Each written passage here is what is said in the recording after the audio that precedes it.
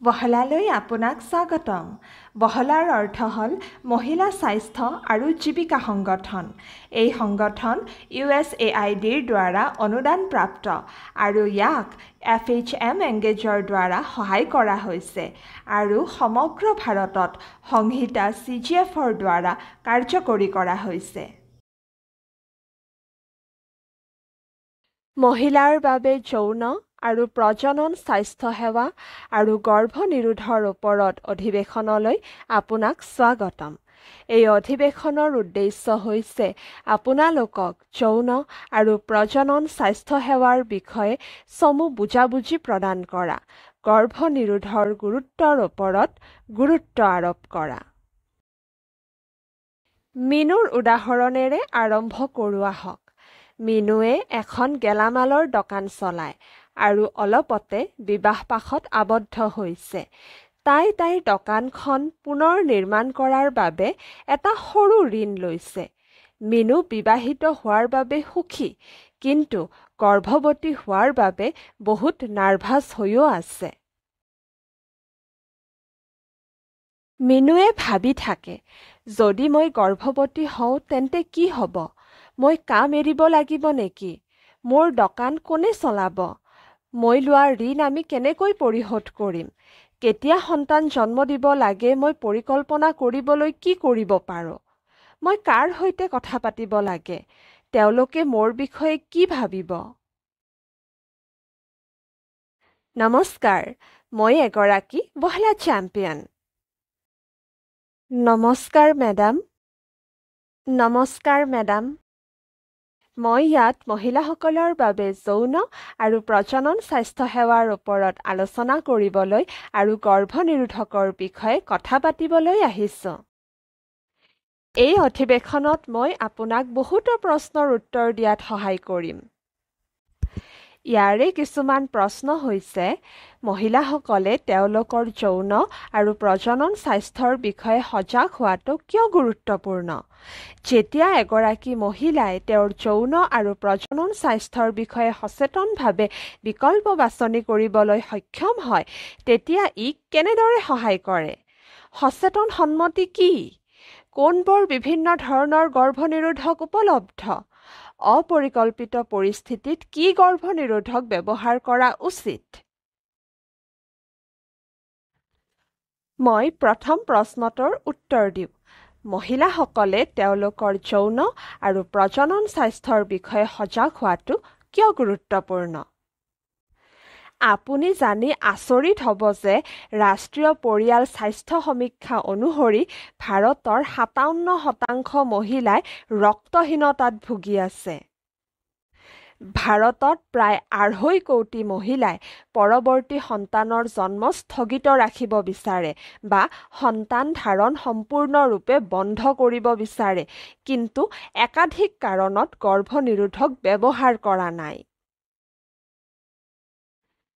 ভাৰতৰ প্ৰায় 33% বিবাহিত মহিলাই একেবাৰেই কোনো ধৰণৰ গৰ্ভনিৰোধক ব্যৱহাৰ কৰা নাই। 73% ভাৰতীয় মহিলাই সন্তান জন্ম দিয়াৰ পিছত চাকৰি এৰি দিয়ে।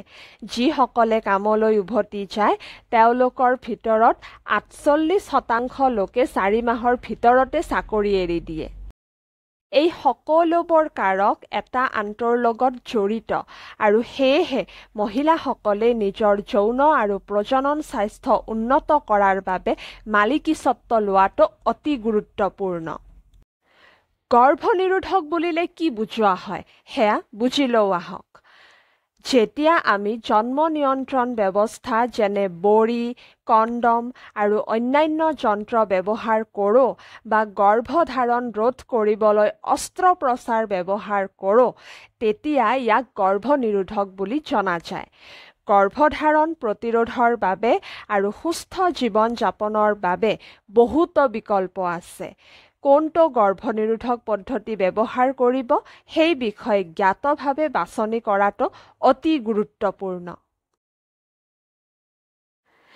বিশ্ব স্বাস্থ্য সংস্থাৰ তালিকাত দেখুৱাৰ দৰে গৰ্ভনিৰোধক বাছনি কৰাৰ বাবে বিকল্পৰ এটা টপলা উপলব্ধ আছে।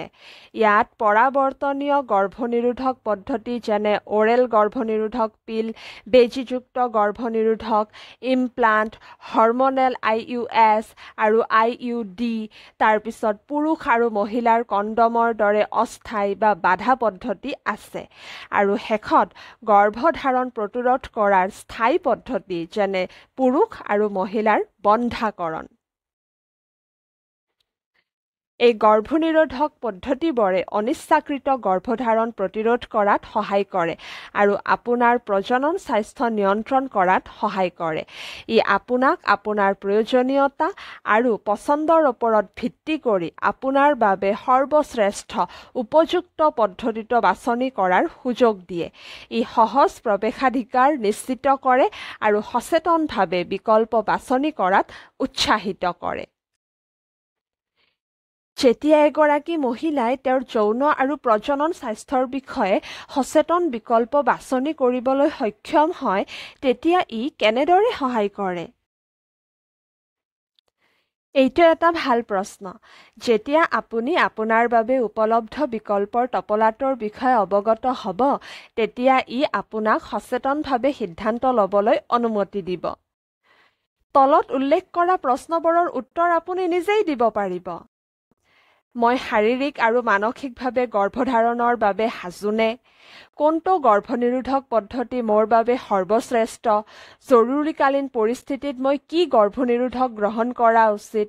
যৌন সংক্ৰমণ বা অবাঞ্ছিত গৰ্ভধাৰণ প্ৰতিহত কৰিবলৈ মই আৰু মোৰ সংগীয়ে কি পদ্ধতি গ্ৰহণ কৰিব পাৰোঁ? দুটা গৰ্ভধাৰণৰ মাজত মই কিমান ব্যৱধান দিব লাগে? আপুনি দেখিছে, অৱগত হোৱাটোৱে আপোনাক চিন্তা আৰু পৰিকল্পনা কৰাত সহায় কৰিব আৰু আপোনাৰ বাবে সৰ্বোত্তমভাৱে উপযুক্ত বিকল্পটো বাছনি কৰিবলৈ সহায় কৰিব। ভাবি চাওকচোন, তথ্যৰ সুবিধা ৰখাটোৱে আপোনাক সমালোচনামূলকভাৱে চিন্তা কৰিবলৈ, ফলপ্ৰসূভাৱে পৰিকল্পনা কৰিবলৈ আৰু আপোনাৰ বাবে সৰ্বশ্ৰেষ্ঠ সিদ্ধান্ত ল'বলৈ ক্ষমতা প্ৰদান কৰিব। এই তথ্য থাকিলে মোৰ শৰীৰ সুৰক্ষিত কৰাত আৰু মোৰ জীৱন উন্নত কৰাত মোক কেনেদৰে সহায় কৰিব? আপুনি সচেতন সন্মতি দি আপোনাৰ শৰীৰ সুৰক্ষিত কৰিব পাৰে।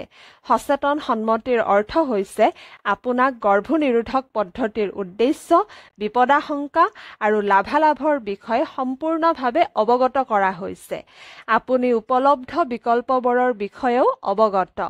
আপুনি স্বেচ্ছাই আপোনাক প্ৰদান কৰা এই তথ্যৰ বিষয়ে আপোনাৰ বুজাবুজিৰ ভিত্তিত এটা বিশেষ গৰ্ভনিৰোধক পদ্ধতি বাছি ল'বলৈ সন্মত হৈছে। কোনবোৰ বিভিন্ন ধৰণৰ গৰ্ভনিৰোধক উপলব্ধ? মই আগতে শ্বেয়াৰ কৰা মতে 3টা বহল শ্ৰেণীৰ গৰ্ভনিৰোধক আছে: পৰাৱৰ্তনীয় গৰ্ভনিৰোধক পদ্ধতি, অস্থায়ী বা বাধা পদ্ধতি আৰু স্থায়ী পদ্ধতি। আমি পৰাৱৰ্তনীয় গৰ্ভনিৰোধক পদ্ধতিৰ বিষয়ে বুজি লওঁ আহক। ৰিভাৰ্চিবল বা পৰাৱৰ্তনীয় গৰ্ভনিৰোধক পদ্ধতি হৈছে সেইবোৰ যিয়ে ব্যক্তিসকলক ব্যৱহাৰ বন্ধ কৰিবলৈ আৰু বিচৰা সময়ত পুনৰ প্ৰজনন ক্ষমতা ঘূৰাই পাবলৈ অনুমতি দিয়ে। পৰাৱৰ্তনীয় গৰ্ভনিৰোধকৰ ভিতৰত বহুতো বিকল্প উপলব্ধ আছে। প্ৰথমটো হৈছে অৰেল গৰ্ভনিৰোধক বড়ি। এইবোৰ কোনো বিৰতি অবিহনে এটা নিৰ্দিষ্ট সময়ত দৈনিক ল'ব লাগিব। আজিকালি নতুন তৃতীয় আৰু চতুৰ্থ প্ৰজন্মৰ অৰেল গৰ্ভনিৰোধক বড়িও ব্যৱহাৰৰ বাবে উপলব্ধ। এইবোৰৰ সুবিধা আছে যিবোৰ আমি পিছত আলোচনা কৰিম। ৰিভাৰ্চিবল গৰ্ভনিৰোধকৰ দ্বিতীয় বিকল্প হ'ল বেজীযুক্ত গৰ্ভনিৰোধক। এইটো প্ৰতি 3 মাহৰ মূৰে মূৰে পুনৰাবৃত্তি কৰিব লাগে। ৰিভাৰ্চিবল গৰ্ভনিৰোধৰ তৃতীয় বিকল্প হ'ল ইমপ্লাণ্ট। এইটো এটা নমনীয় ৰড যিটো মহিলাৰ ওপৰৰ বাহুৰ ছালৰ ঠিক তলত সুমুৱাই দিয়া হয়। সুমুৱাৰ পিছত 3 বছৰলৈকে ই ফলপ্ৰসূ হয়। ৰিভাৰ্চিবল গৰ্ভনিৰোধৰ চতুৰ্থ বিকল্পটো হ'ল হৰমনেল ইন্ট্ৰাইউটেৰিন ছিষ্টেম, যিটো হৈছে IUS। এইটো জৰায়ুৰ গহ্বৰত সুমুৱাই দিয়া Y আকৃতিৰ প্লাষ্টিকৰ যন্ত্ৰ। ই ক্ৰমাগতভাৱে সামান্য পৰিমাণৰ হৰমন নিৰ্গত কৰে, যিয়ে গৰ্ভধাৰণত বাধা দিয়ে। এইটো সুমুৱাৰ পিছত 5 বছৰলৈকে ফলপ্ৰসূ হয়। ৰিভাৰ্চিবল গৰ্ভনিৰোধৰ পঞ্চম বিকল্পটো হ'ল চেংক্ৰমেন বড়ি। ইয়াৰ সাধাৰণ উদাহৰণ হ'ল ছায়া আৰু চাহেলি। প্ৰথম 3 মাহত সপ্তাহত 2বাৰকৈ এটা বড়ি খাব লাগে।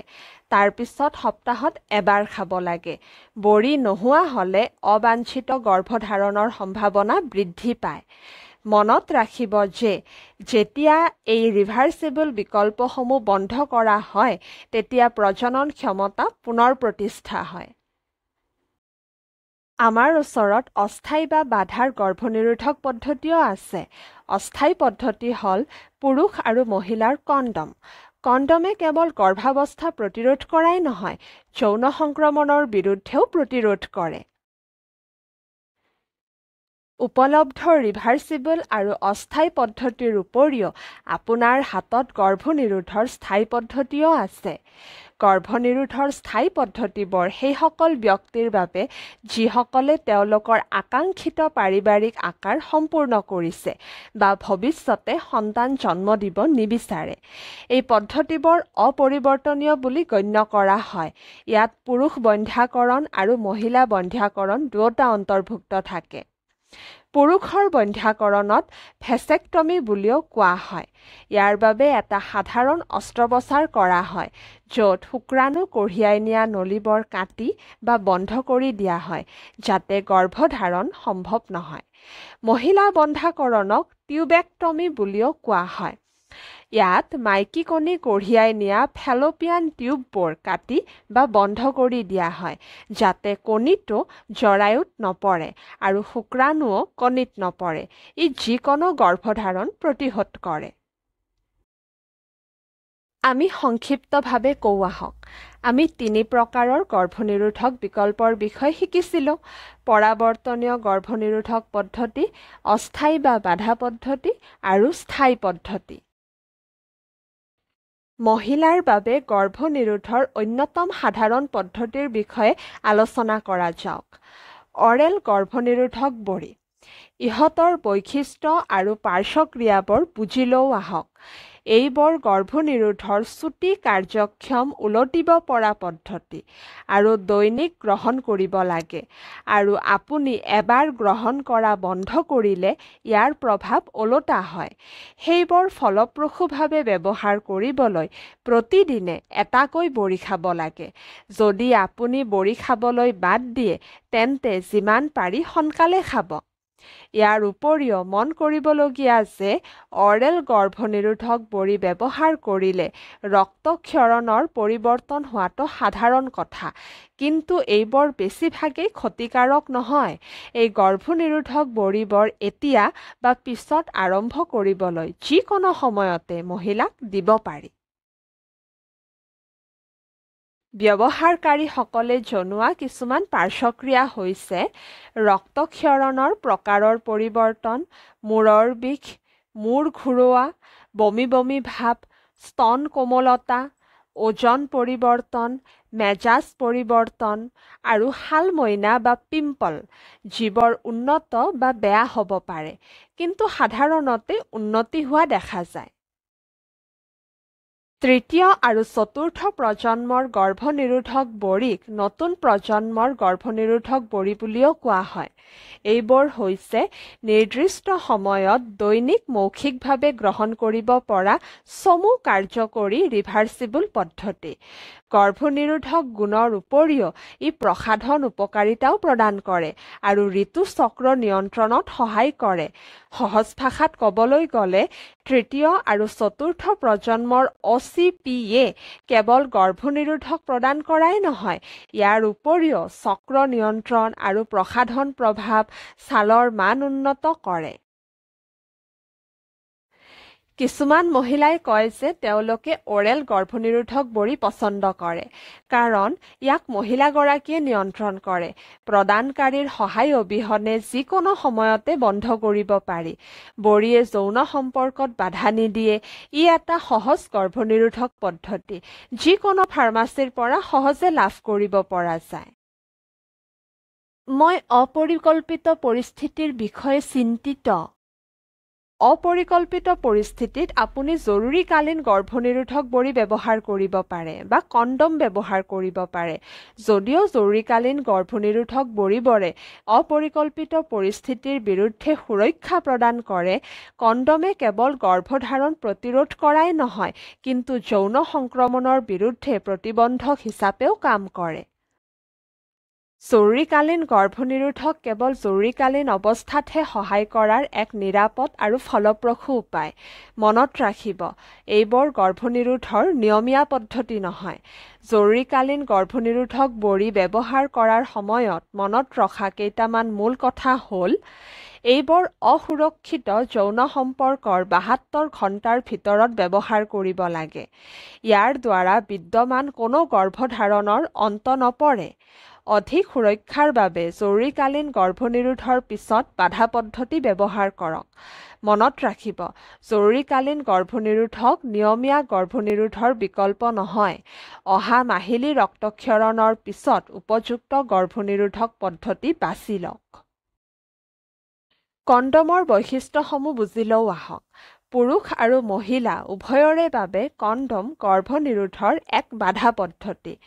কণ্ডমে কেৱল অবাঞ্ছিত গৰ্ভাৱস্থাৰ পৰা সুৰক্ষা প্ৰদান কৰাই নহয়, প্ৰজনন সংক্ৰমণ বা যৌন সংক্ৰমণ আৰু HIV-ৰ সংক্ৰমণ ৰোধ কৰে। লগতে কণ্ডম বিভিন্ন ধৰণৰ দোকানত সহজে পোৱা যায় আৰু সুলভ মূল্যৰ। এই জৰুৰীকালীন গৰ্ভনিৰোধক ব্যৱহাৰ কৰাৰ লাভালাভবোৰ মই বুজাই দিওঁ আহক। এইবোৰে অপৰিকল্পিত গৰ্ভধাৰণৰ বিৰুদ্ধে তাৎক্ষণিক সুৰক্ষা হিচাপে কাম কৰে। জৰুৰীকালীন গৰ্ভনিৰোধক আৰু কণ্ডমৰ সুবিধাই মহিলাসকলক তেওঁলোকৰ প্ৰজনন স্বাস্থ্যৰ নিয়ন্ত্ৰণ ল'বলৈ আৰু অৱগতভাৱে বিকল্প বাছনি কৰিবলৈ ক্ষমতা প্ৰদান কৰে। শেষত, কণ্ডমে কেৱল গৰ্ভনিৰোধক প্ৰদান কৰাই নহয়, যৌন সংক্ৰমণৰ পৰা ৰক্ষা কৰে, HIV-ৰ পৰাও সুৰক্ষা প্ৰদান কৰে আৰু সামগ্ৰিকভাৱে ভাল যৌন স্বাস্থ্যৰ প্ৰসাৰ ঘটায়। নিম্নলিখিত কথাবোৰ মনত ৰাখিব। যদি আপুনি এজন যৌনভাৱে সক্ৰিয় প্ৰাপ্তবয়স্ক, তেন্তে বিভিন্ন গৰ্ভনিৰোধক পদ্ধতিৰ বাছনিৰ প্ৰতি সচেতন হোৱাটো এটা ভাল ধাৰণা। আপুনি আপোনাৰ আৰু পৰিয়ালৰ ভৱিষ্যতৰ বাবে সচেতনভাৱে বিকল্প বাছনি কৰিব পাৰে। লগতে মনত ৰাখিব যে তৃতীয় আৰু চতুৰ্থ প্ৰজন্মৰ OCP-য়ে কেৱল গৰ্ভনিৰোধক প্ৰদান কৰাই নহয়, আপোনাৰ ঋতুচক্ৰ নিয়ন্ত্ৰণ কৰাত সহায় কৰে আৰু মাহেকীয়াৰ সময়ত পিম্পল বা শালমইনা পৰিহাৰ কৰাত সহায় কৰে। শেষত কিন্তু এটা গুৰুত্বপূৰ্ণ কথা, সচেতনভাৱে বাছনিৰ অৰ্থ হৈছে স্বাস্থ্য উপভোক্তাৰ উপলব্ধ সকলো পদ্ধতিৰ লাভালাভ আৰু বিপদাশংকাৰ বিষয়ে সম্পূৰ্ণ তথ্যৰ ভিত্তিত তেওঁ বিচৰা যিকোনো পদ্ধতি বাছনি কৰাৰ অধিকাৰ আছে, য'ত কোনো পদ্ধতি ব্যৱহাৰ নকৰাৰ অধিকাৰো আছে, আৰু বাছনি কৰা পদ্ধতিটোৰ সকলো দিশৰ ওপৰত তেওঁক পৰামৰ্শ দিয়া হৈছে। ধন্যবাদ।